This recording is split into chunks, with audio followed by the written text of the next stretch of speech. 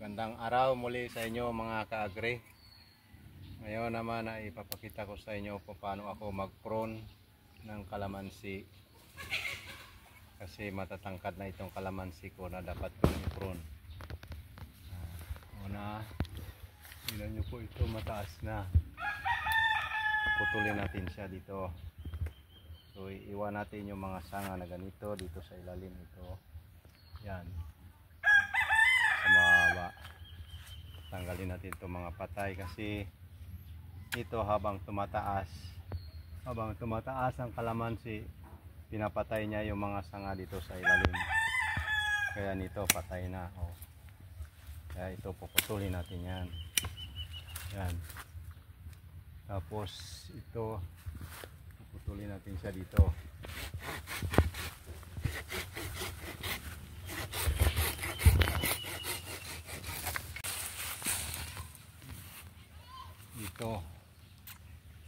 Ito putulin natin siya dito.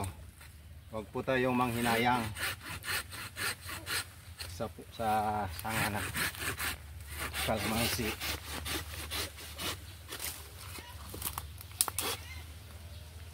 Medyo mapuro po ang aking hindi pa dumarating ang aking bagong pang-prune.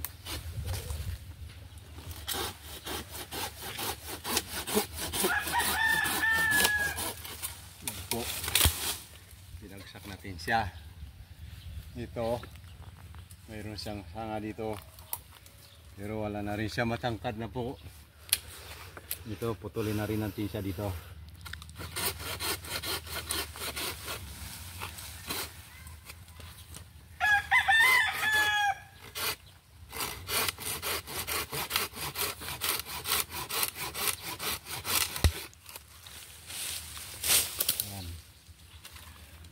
Kanya po. Tapos itong sanga na to matangkad na rin siya. So tuloy natin dito kasi may mga sanga siya dito na. Dito pwede pa. So tanggalin natin ito. Ito.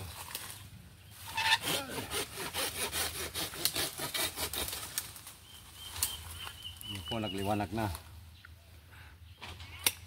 Tapos tanggalin natin yung mga patay sanga.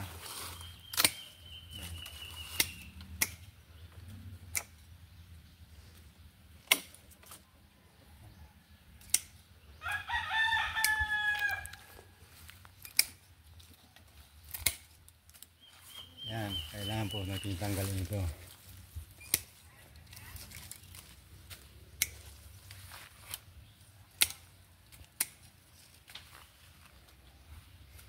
Kunin na natin ito. Yan.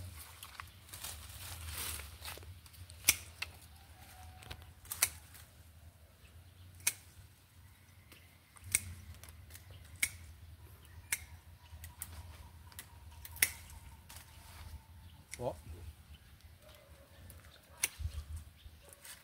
Yan. So makikita natin siya mga ganito yan. Putulin natin dyan para magkaroon ng suhi dito.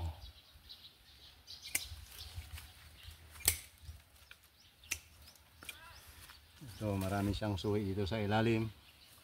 So puputulin natin siya dito. Yan, bawasan natin yan.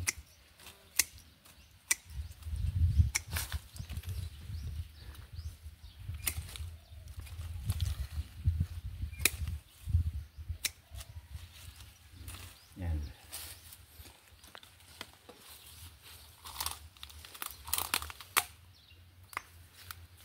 Okay na yan siya. Yan po. Para muli hindi tayo mahirapan magpitas, muli siyang mababa. At dadami na naman uli ang kanyang bunga. Mamaya po ay papakita ko sa inyo ang prinon ko na kalamansi nakaraang 2000 last December 2002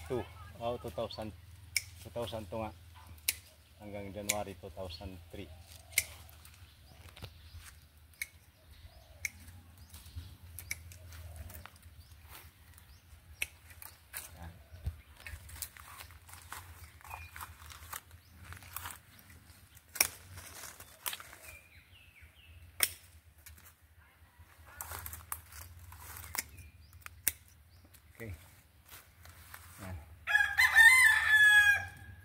yung ano. Puntahan po natin yung prinon ko na kalamansi noong 2000, last December 2002.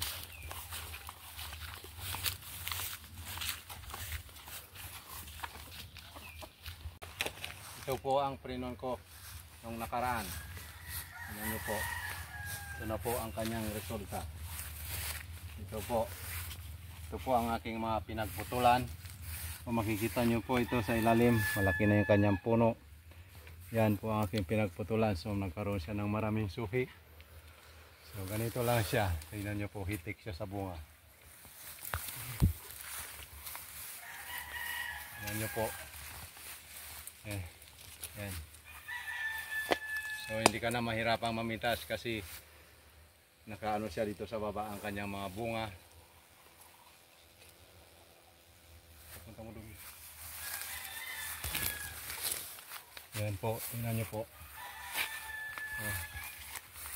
Tingnan nyo po sa ilalim kung gaano kalaki yung kanyang mga puno. Yan po. Matataas na ito dati, pinamputol ko. Yan na ang kanyang resulta ng pagpupruning. So ito po, pag napitas naman ito yung mga bunga niya, puputulin ko naman po ito dito. Tuloy naman natin kanyang mga sanga na matataas na para bumalik naman siya dito sa baba. Yan nyo po.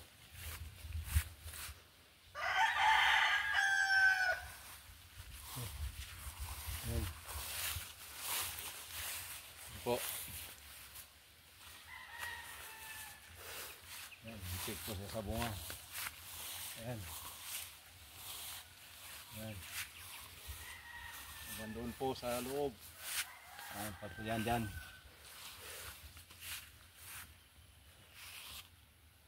Ayan.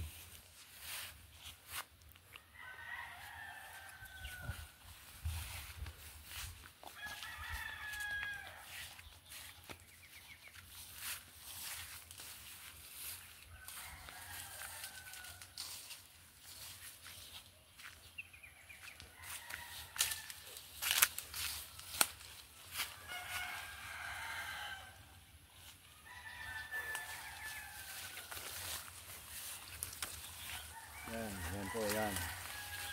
Yan ang mga napron ko. Kita nyo po, maganda. Pag napupron ng isang puno, hindi lamang po kalamansi ang pinupron. Halos lahat po ng tanim ay pinupron. Ito pwede rin pong upron yung mga rambutan.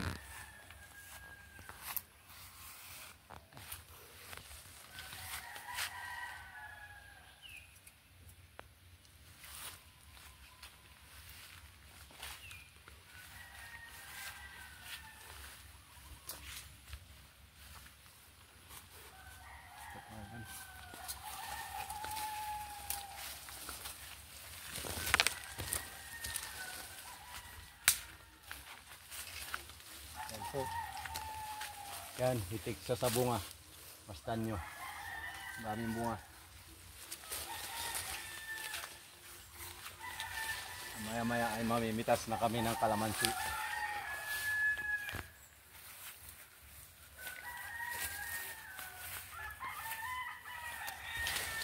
Ito po.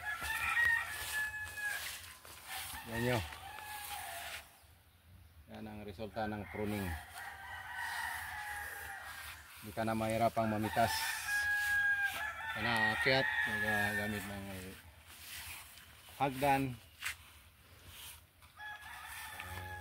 Alas dito ka na lang. Sige ka na lang pitas. Hanggang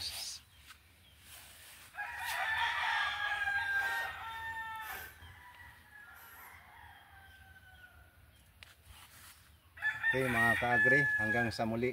Hanggang dito na lang ang aking video.